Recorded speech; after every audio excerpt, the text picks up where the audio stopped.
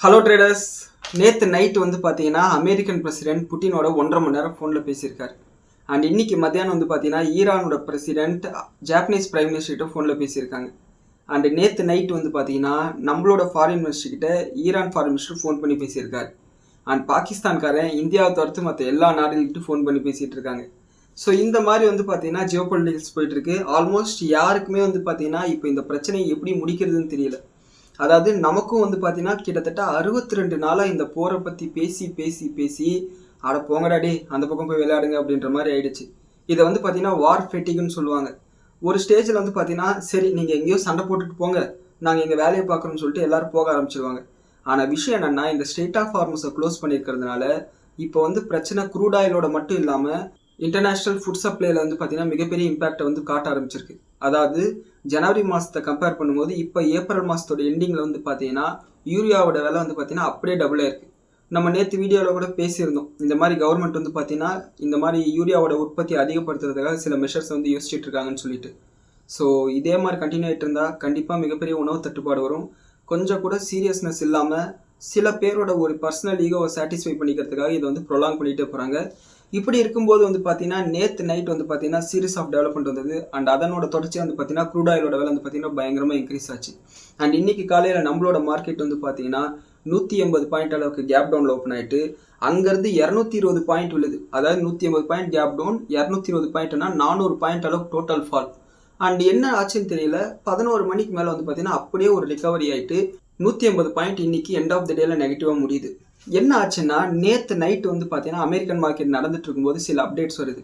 அதாவது ட்ரம்ப் இஸ்ரேலோட prime minister கிட்ட சொல்லியிருக்காரு, நீங்கள் ஒட்டு மொத்தமாக அட்டாக்ஸ் பண்ணாதீங்க, அதாவது எல்லா பில்டிங் மேலேயும் குண்டு போடாதீங்க, கரெக்டாக குறி வச்சு சர்ஜிக்கல் ஸ்ட்ரைக் மாதிரி பண்ணி ஹெஸ்புல்லாவை டார்கெட் பண்ணி அடிங்கன்னு சொல்லியிருக்காரு. அப்புறம் என்ன வெங்காயத்துக்கு சீஸ்ஃபயர்னு அனௌன்ஸ் பண்ணணும், சீஸ்ஃபயர்னு அனௌன்ஸ் பண்ணிவிட்டு சர்ஜிக்கல் ஸ்ட்ரைக் பண்ணனா என்ன அர்த்தம் இருக்குது? நம்ம இதை பற்றி ஏற்கனவே பேசியிருக்கோம். பிரச்சனை இஸ்ரேலுக்கும் ஹிஸ்புல்லாவுக்கும் சம்மந்தமே இல்லாமல் லெபனான் பிரைம் மினிஸ்டரை கூப்பிட்டு நாங்கள் சீஸ்ஃபயர்னு சொன்னால் இதில் என்ன அர்த்தம் இருக்குன்னு சொல்லிட்டு நம்ம அன்றைக்கே பேசியிருந்தோம்.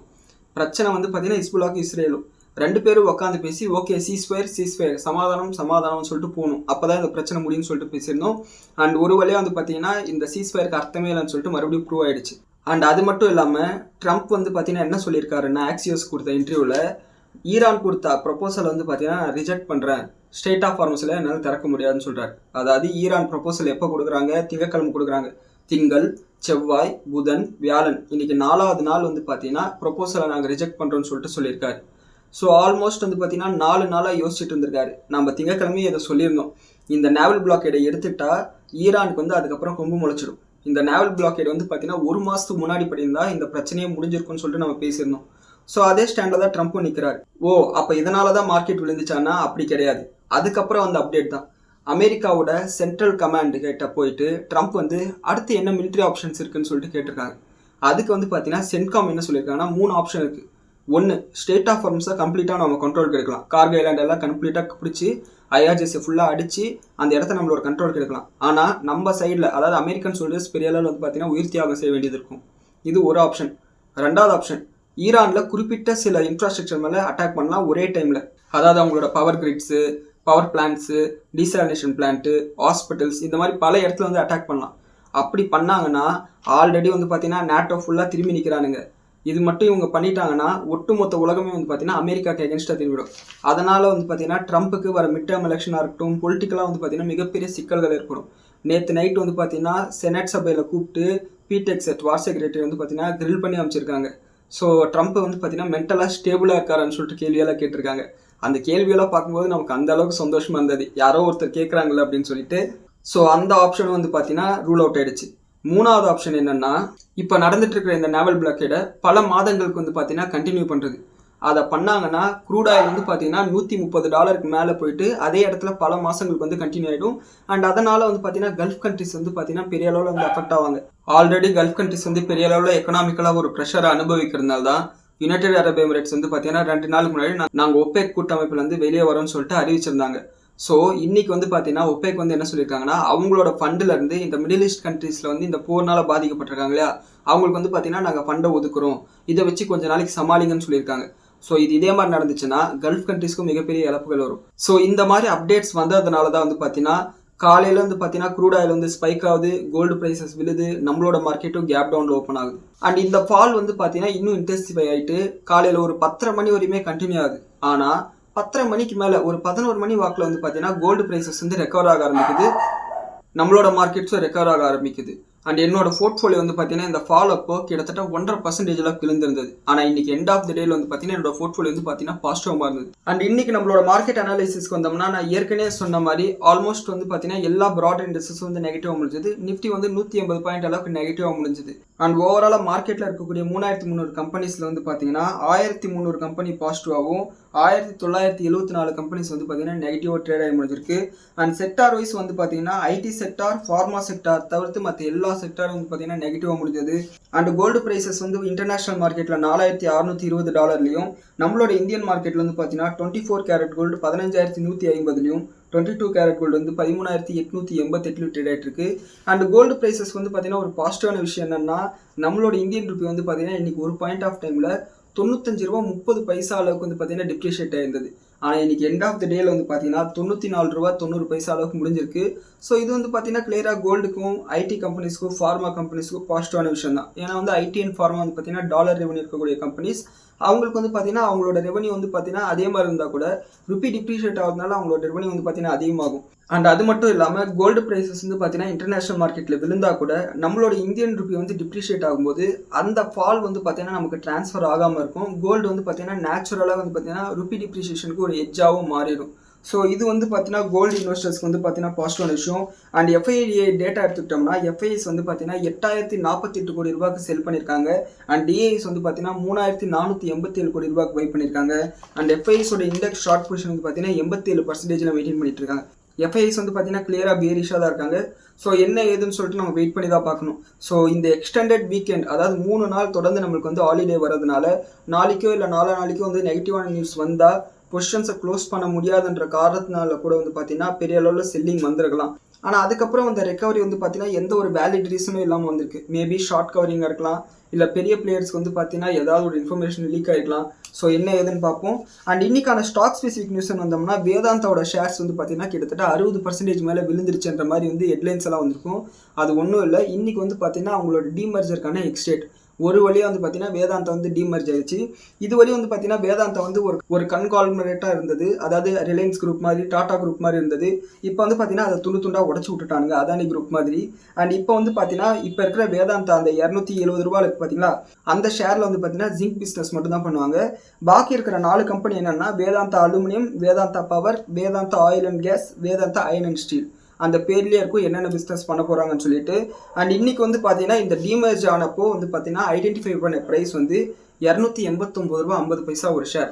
பாக்கி இருக்கிற வேல்யூ வந்து பார்த்தீங்கன்னா பாக்கி இருக்கிற 4 கம்பெனிக்கு வந்து பார்த்தீங்கன்னா ஈக்குவலாக டிஸ்ட்ரிபியூட் ஆகிட்டு வரும். அண்ட் அந்த வேலையில் வந்து பார்த்தீங்கன்னா கிட்டத்தட்ட 5.25% அளவுக்கு ஷேர் ப்ரைஸ் வந்து விழுந்திருக்கு. அதுக்கு காரணம் ஓவராலாக இந்த நெகட்டிவ் சென்டிமெண்ட்டாக இருக்கலாம். அண்ட் இன்னைக்கு வந்து மெட்டல் இண்டெக்ஸே வந்து பார்த்தீங்கன்னா ஒரு 2% அளவுக்கு நெகட்டிவாக தான் இருந்தது.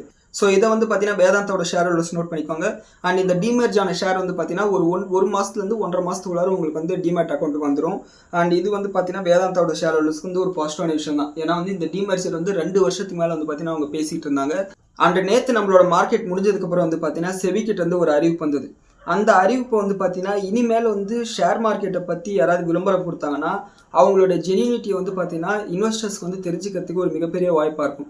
இதில் வந்து அவங்க என்ன சொல்லியிருக்காங்கன்னா பார்வா அப்படின்ற ஒரு சர்வீசஸ் வந்து பார்த்தீங்கன்னா இது மேலே என்எஸ்சி வந்து ப்ரொவைட் பண்ண போகிறதா சொல்லியிருக்காங்க. இந்த சர்வீஸ் என்னன்னா, இப்போ நான் வந்து ஒரு செபி ரிஜிஸ்டர்ட் அனலிஸ்ட்னு வச்சுக்கோங்களேன். நான் வந்து நியூஸ் பேப்பரில் ஒரு விளம்பரம் கொடுக்குறேன். லாஸ்ட் 5 வருஷமாக நான் ஒரு 25% சிஏஜிஆரில் வந்து பார்த்தீங்கன்னா ப்ராஃபிட் எடுத்திருக்கேன்னு சொல்லிட்டு அட்வர்டைஸ்மெண்ட் கொடுக்குறேன்னு வச்சுக்கோங்களேன். இந்த அட்வர்டைஸ்மெண்ட்டில் நான் 25% ரிட்டர்ன் எடுத்திருக்கேன்னு சொல்லிட்டு சொல்லியிருக்கேன் இல்லையா, இந்த ரிட்டர்ன் வந்து எடுத்திருக்கேனா இல்லையா, உண்மையாகவே இதில் என்ன ரிஸ்க் இருக்குது அப்படின்ற ஒரு அனாலிசிஸ் இருக்கும் இல்லையா, அதை வந்து பார்த்தீங்கன்னா நான் கொடுக்க வேண்டிய அவசியம் இல்லை இது வரையும். ஆனால் இதுக்கு மேலே எப்படின்னா இந்த பார்வா கிட்ட போய் நான் சர்டிஃபிகேட் வாங்கிட்டு வரணும். அதாவது நான் பிரவீன் என்ற ஒருத்தர் செபி ரிஜிஸ்டர்ட் அனலிஸ்ட். லாஸ்ட் 5 வருஷத்தில் இவர் 25% ரிட்டர்ன் எடுத்திருக்காரு. குறிப்பாக வந்து பார்த்தீங்கன்னா இவர் வந்து பேங்கிங் அண்ட் ஐடி செக்டாரில் வந்து பார்த்தீங்கன்னா பெரிய அளவில் இன்வெஸ்ட் பண்ணார். இது மாதிரி எல்லா டீட்டெயில்ஸும் வந்து பார்த்தீங்கன்னா இந்த பார்வா வந்து சர்டிஃபிகேட்டான கொடுப்பாங்க. ஸோ இந்த சர்டிஃபிகேஷன் வந்து பார்த்தீங்கன்னா இதுக்கு மேலே மேண்டேட்டரியாக செபி ரிஜிஸ்டர்ட் அனலிஸ்ட் அதே மாதிரி வந்து பார்த்தீங்கன்னா செபியில் ரிஜிஸ்டர் பண்ணியிருக்கக்கூடிய என்டிட்டிஸ்க்கு வந்து பார்த்தீங்கன்னா மேண்டேட்டரி பண்ணிட்டாங்க. இது வந்து பார்த்தீங்கன்னா அட்வர்டைஸ்மெண்ட்டில் இருக்கக்கூடிய ஜெனியூனிட்டியை வந்து நம்மளுக்கு வந்து எடுத்து காமிக்கும். அதாவது இவங்க சொல்கிறது உண்மையா பொய்யா அப்படின்னு சொல்லிட்டு நம்மளால் ஈஸியாக கண்டுபிடிக்க முடியும். இது வந்து பார்த்தீங்கன்னா இன்வெஸ்டர்ஸ்க்கு வந்து ஒரு பாசிட்டிவான விஷயம் தான். தொடர்ந்து செபி வந்து பார்த்தீங்கன்னா இந்த மாதிரி பல மெஷர்ஸ் வந்து கொண்டு வராங்க. அண்ட் அடுத்து வந்து பார்த்தீங்கன்னா அசல்யா சொல்யூஷன்ஸ் வந்து பார்த்தீங்கன்னா ஒரு சின்ன ஐடி கம்பெனி, சரிங்களா. அவங்க வந்து பார்த்தீங்கன்னா அவங்களோட Q4 நம்பர்ஸ் வந்து ரிலீஸ் பண்ணியிருக்காங்க. ஆக்சுவலாக வந்து இவங்களோட ப்ராஃபிட் வந்து பார்த்தீங்கன்னா 30% அளவுக்கு குறைஞ்சிருக்கு. அதாவது போன வருஷம் இதே குவார்ட்டர்ல வந்து பார்த்தீங்கன்னா 30 கோடி ரூபாய் லாபம் பண்ணவங்க இந்த வருஷம் இதே குவார்ட்டர்ல வந்து 20 கோடி ரூபாய் வந்து லாபம் பண்ணியிருக்காங்க. அண்ட் இவங்களோட ப்ராஃபிட் குறைஞ்சதுக்கு முக்கியமான காரணம் வந்து பார்த்தீங்கன்னா இவங்களோட மார்ஜின் குறைஞ்சது தான். அண்ட் இவங்களோட மார்ஜின் வந்து பார்த்தீங்கன்னா 9% அளவுக்கு குறைஞ்சிருக்கு. போன வருஷம் வந்து பார்த்தீங்கன்னா 34% ஆப்ரேட்டிங் மார்ஜினாக இருந்தால் இந்த வருஷம் வந்து பார்த்தீங்கன்னா 24% வந்து அவங்களோட ஆப்ரேட்டிங் மார்ஜின் குறைஞ்சிருக்கு. அண்ட் இதன் காரணமாக அவங்களோட ஷேர் ப்ரைஸ் வந்து பார்த்தீங்கன்னா 3.5% விழுந்திருக்கு. அண்ட் அடுத்து நவீன் ஃப்ளூரைன் இன்டர்நேஷனல் வந்து பார்த்தீங்கன்னா அவங்களோட Q4 ரிலீஸ் பண்ணியிருக்காங்க. அண்ட் இவங்க வந்து பார்த்தீங்கன்னா ஒரு கெமிக்கல் கம்பெனி. இவங்களோட ப்ராஃபிட் வந்து பார்த்தீங்கன்னா அப்படியே டபுளாக இருக்குது. போன வருஷம் இதே குவார்ட்டரில் வந்து 95 கோடி லாபம் பண்ணவங்க இந்த வருஷம் வந்து பார்த்தீங்கன்னா 210 கோடி ரூபாய் லாபம் பண்ணியிருக்காங்க. அண்ட் அது மட்டும் இல்லாமல் இவங்க வந்து பார்த்தீங்கன்னா ஒரு ஷேருக்கு ₹8.60 டிவிடெண்ட் அனௌன்ஸ் பண்ணியிருக்காங்க. இவங்களோட ப்ராஃபிட் இந்த அளவுக்கு இன்க்ரீஸ் ஆனது காரணம் இவங்களோட மார்ஜின் இம்ப்ரூவ் ஆயிருக்கு. அதாவது 25% மார்ஜின் இருந்தது, இந்த குவார்ட்டர் வந்து 34% இன்க்ரீஸ் ஆயிருக்கு. ஸோ அதுதான் வந்து பார்த்தீங்கன்னா இந்த அளவுக்கு ஒரு நல்ல ரிசல்ட்டு காரணம். அண்ட் அடுத்து வந்து பார்த்தீங்கன்னா கேஃபின் டெக்னாலஜிஸ் வந்து பார்த்தீங்கன்னா கண்டிப்பாக நீங்கள் கேள்விப்பட்டிருக்கீங்க. இந்த IPO அப்ளை பண்ணும்போது டிரான்ஸ்ஃபர் ஏஜென்ட்டாக வந்து செயல்படக்கூடிய ஒரு கம்பெனி. ஸோ இவங்களோட ப்ராஃபிட் வந்து பார்த்தீங்கன்னா கிட்டத்தட்ட 12% அளவுக்கு குறைஞ்சிருக்கு. போன வருஷம் இதே குவார்ட்டரில் வந்து 92 கோடி ரூபாய் வந்து ப்ராஃபிட் பண்ணாங்க. இந்த வருஷம் வந்து பார்த்தீங்கன்னா 81 கோடி ரூபாய் ப்ராஃபிட் பண்ணியிருக்காங்க. காரணம் வந்து பார்த்தீங்கன்னா அந்த அளவுக்கு IPOs வந்து இப்போலாம் ஒழுங்காக பெர்ஃபார்ம் பண்ணுறதில்ல. ஸோ அதனால் இவங்களோட ப்ராஃபிட்டபிலிட்டி மேலேயே அடி வாங்கியிருக்கு. அண்ட் இவங்களோட எபிட்டா மார்ஜினும் வந்து பார்த்தீங்கன்னா ஒரு 4% அளவுக்கு குறைஞ்சிருக்கு. ஸோ இந்த எல்லா காரணத்தினாலே இவங்களோட ஷேர் ப்ரைஸ் இன்னைக்கு நெகட்டிவாக இருந்தது. டிவிடெண்ட் வந்து பார்த்தீங்கன்னா 12 ரூபா வந்து அறிவிச்சிருக்காங்க. அண்ட் அடுத்து வந்து பார்த்தீங்கன்னா வாரி எனர்ஜிஸ் வந்து அவங்களோட Q4 வந்து அனௌன்ஸ் பண்ணியிருக்காங்க. இவங்களோட Q4 ப்ராஃபிட் வந்து பார்த்தீங்கன்னா கிட்டத்தட்ட 45% அளவுக்கு இன்க்ரீஸ் ஆயிருக்கு. அதாவது போன வருஷம் இதே குவார்ட்டரில் 61 கோடி ரூபாய் லாபம் பண்ணவங்க இந்த வருஷம் இதே குவார்ட்டரில் 106 கோடி ரூபாய் லாபம் பண்ணியிருக்காங்க. அண்ட் இவங்களோட ரெவன்யூ வந்து பார்த்தீங்கன்னா அப்படியே டபுள் ஆயிருக்கு. ரெவன்யூ டபுள் ஆயிருக்கு, ஆனால் ப்ராஃபிட் 45% தான் ஏன் ஏறி இருக்குது அப்படின்னா இவங்களுக்கு வந்து பார்த்தீங்கன்னா மார்ஜினில் வந்து பார்த்தீங்கன்னா ப்ரெஷர் இருந்திருக்கு. இவங்களோட மார்ஜின் வந்து பார்த்தீங்கன்னா 23% வந்து 19% குறைஞ்சிருக்கு இயர் பேசிஸில். இது வந்து பார்த்தீங்கன்னா ஒரு நெகட்டிவான விஷயமா பார்க்கப்படுது. அண்ட் இவங்களோட மார்ஜின் இதே மாதிரி குறைஞ்சிட்டே போனால் இவங்க என்னதான் ரெவன்யூ இன்க்ரீஸ் பண்ணால் கூட அது வந்து பார்த்தீங்கன்னா ப்ராஃபிட்டபிலிட்டியாக அது கன்வெர்ட் ஆகாது. ஸோ வெயிட் பண்ணி தான் பார்க்கணும்.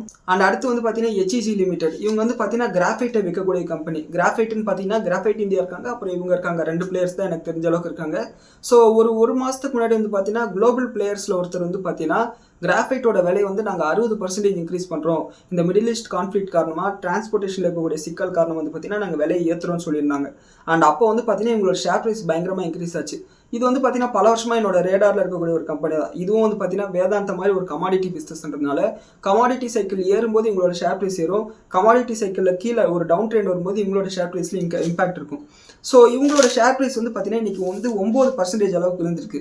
என்ன பிரதர் சொல்கிறீங்க, போன மாதம் வந்து பார்த்தீங்கன்னா கிராஃபைட்டோட விலை ஏற்றிருக்காங்க, அப்போ லாபம் வந்து இன்க்ரீஸ் ஆகணும் இல்லைன்னு கேட்டிங்கன்னா ஆக்சுவலாக இவங்களோட லாபம் வந்து இன்க்ரீஸ் ஆகிருக்கு.